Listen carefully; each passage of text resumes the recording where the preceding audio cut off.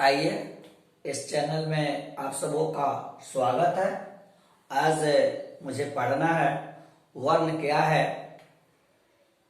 तो हम यह जाने वर्ण हम उस मूल ध्वनि को कहते हैं जिसका खंड या टुकड़ा नहीं किया जा सके। जैसे जैसे क हलन, ख हलन, ग हलन, अ आ ई इत्यादि, ये सब क्या है? वर्ण है। तो अवर्ण दो प्रकार के होते हैं, एक स्वर वर्ण और दूसरा है व्यंजन वर्ण। तो स्वर वर्ण वह है जिसका उच्चारण अपने आप होता है, अर्थात जिसके उच्चारण में किसी की सहायता नहीं ली जाती है, अर्थात जिसके उच्चारण में स्वतंत्रता होती है, उसे हम स्वर कहते हैं। अब हमको यह जानना है कि स्वर कितने होते हैं। अब हम यह जाने स्वर कितने होते हैं। तो स्वर 11 होते हैं। अ, आ, हर्ष ई, दीर्घ, हर्ष उ, दीर्घ उ, री, ए,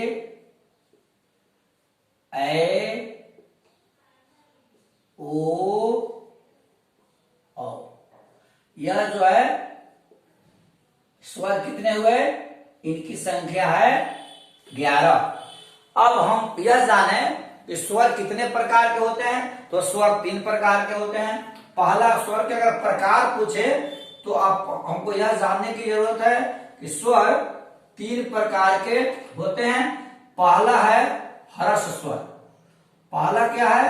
ह्रस्व स्वर।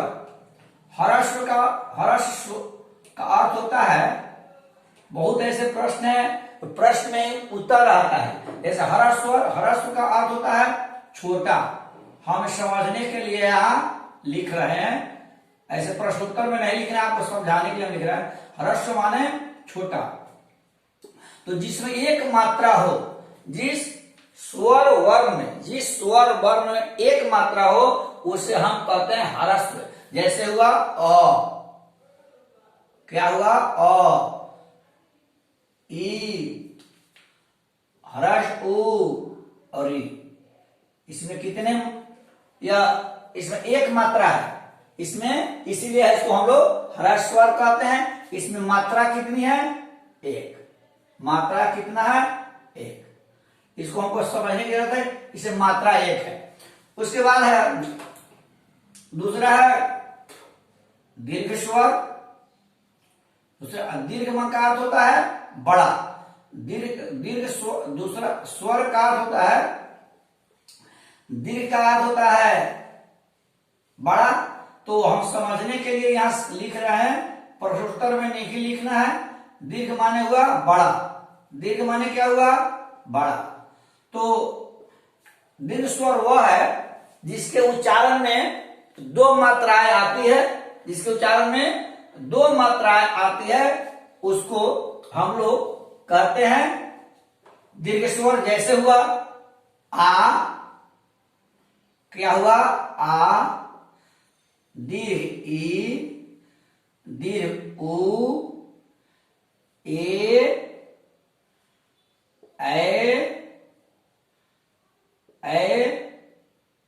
ओ, औ। इसमें कितनी मात्रा है? 2। हमको याद रखने की जरूरत। अब तीसरा है स्वर के तीसरा प्लुत स्वर। प्लुत स्वर को आप हमेशा प में ह्रस्व रखेंगे। प्लुत स्वर। प्लुत स्वर वह है जिसके उच्चारण में 3 मात्राएं लगती है। जिसके उच्चारण में कितनी मात्राएं लगती है? 3 मात्राएं। 3। जैसे हमको ह्रस्व स्वर हुआ जिसमें 1 मात्रा लगे, दीर्घ स्वर हुआ जिसमें 2 मात्रा लगे, और प्लुत स्वर हुआ जिसमें 3 मात्रा। जैसे हम लिखते ओम, ओ, जैसे लिखते हैं ओम। तो यह ऐसा है जिसके उच्चारण में तीन मात्राएं लग रही है, इसीलिए यह हुआ मेरा पुलुत स्वर। जैसे हम कहते हैं राम, ऐसे हम लोग भी कभी कभी दुख की स्थिति में बोलते हैं या बोलते सुनते नजर आते हैं, कहीं सुनते हैं कि राम, तो यहाँ 3 मात्राएं लग रही है, इसीलिए यह हुआ पुलुत स्वर। अब हमको यह पढ़ना है कि यह मेरा स्वर जो 11 है उसका, यह तो प्रश्न सारे बच्चे याद करते हैं, 4, 5, 6 क्लास के बच्चे सभी याद किए रहते हैं, लेकिन अगली परीक्षाएं जो होगी या ये अगली परीक्षाएं का मतलब हम आपकी प्रतियोगी परीक्षाओं के संबंध में कह रहे हैं, अगर उसमें आए तो उसमें ज्यादातर आपसे उच्चारित स्थान के बारे में पूछता है कि यह जो स्वर है शब्द का उच्चारित स्थान बदलावे। तो अब हम इसको मिटाते हैं, अब हमको लिखना है उच्चारित स्थान के बारे में। अब हमको यह लिखना है कि यह जो स्वर जो 11 है उसका उच्चारित स्थान क्या है। तो हमको इसको याद करने की जरूरत है और समझने की भी बहुत जरूरत है। जैसे हमसे पूछेगा कि उच्चारित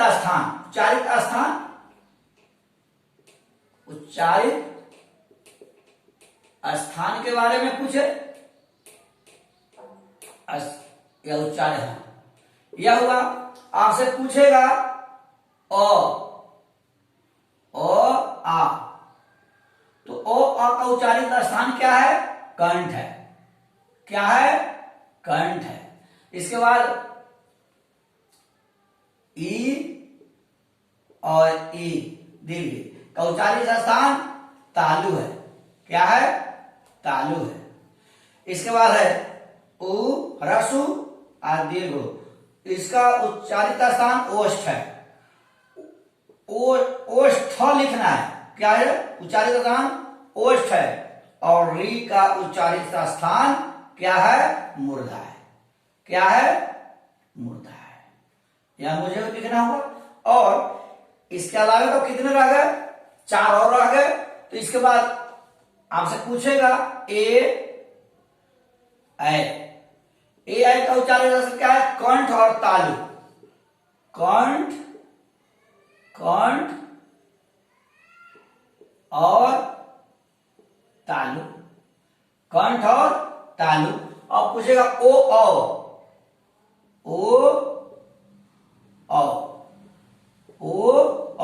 इसका उच्चारण का स्थान हुआ कंठ और ओष्ठ।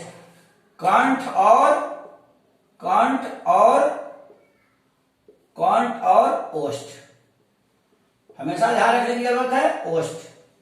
अच्छा, और इसमें एक प्रश्न अलग से आता है कि अयोगवाह किसे कहते हैं?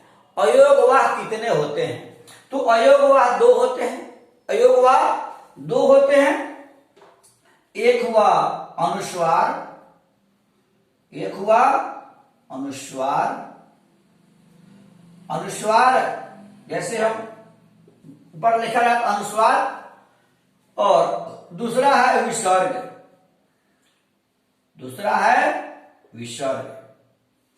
क्या है? विसर्ग। विसर्ग क्या है? यह है अनुस्वार और विसर्ग जो है, यह दोनों न तो पूर्ण रूपेण स्वर है और न तो पूर्ण रूपेण दोनों व्यंजन है। अर्थात दोनों आधा स्वर और आधा दोनों व्यंजन के मिलने से बना है, इसलिए इसे हम अयोगवाह कहते हैं।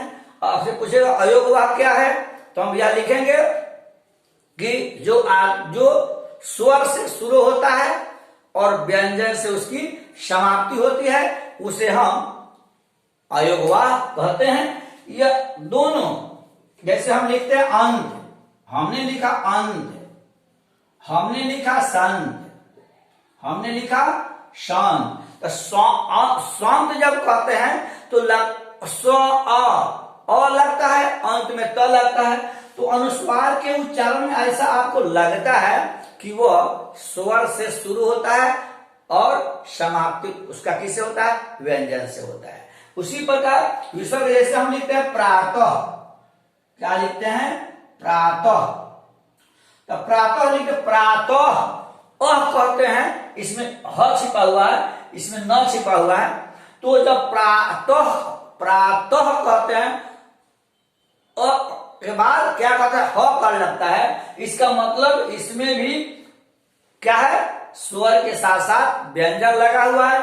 आपसे पूछेगा कि अयोग वाह कितने हैं, तो लिखेंगे अयोग वाह 2 हैं, एक स्वर्ग और विसर्ग दूसरा है, और उदाहरण के साथ आपको बतलाएंगे। लेकिन आप यह जरूर लिखेंगे अयोग वाह वह है जो न तो पूर्ण रूपेण स्वर है और न तो पूर्ण रूपेण वह व्यंजन है। इसके बारे में हमको यह न तो पूर्ण रूपेण स्वर है, न तो पूर्ण रूपेण स्वर है, और न तो पूर्ण रूपेण व्यंजन है। अतः यही हुआ अयोगवाह की परिभाषा। लेकिन एक बात आपको बता दें कि आपसे व्याकरण पूछता है कि लिखेगा वही जो व्याकरण जानता है, जो व्याकरण जानता है उसे हम अनेक शब्द में एक शब्द में क्या कहेंगे? जैसे होगा अनेक शब्द एक शब्द। तो आपको हमेशा याद रखने की जरूरत है, जब हिंदी पढ़ रहे हैं तो जो व्याकरण जानता है उसे हम वैयाकरण कहते हैं। क्या कहते हैं? उसे हम वैयाकरण कहते हैं। ठीक है, जय हिंद, जय भारत।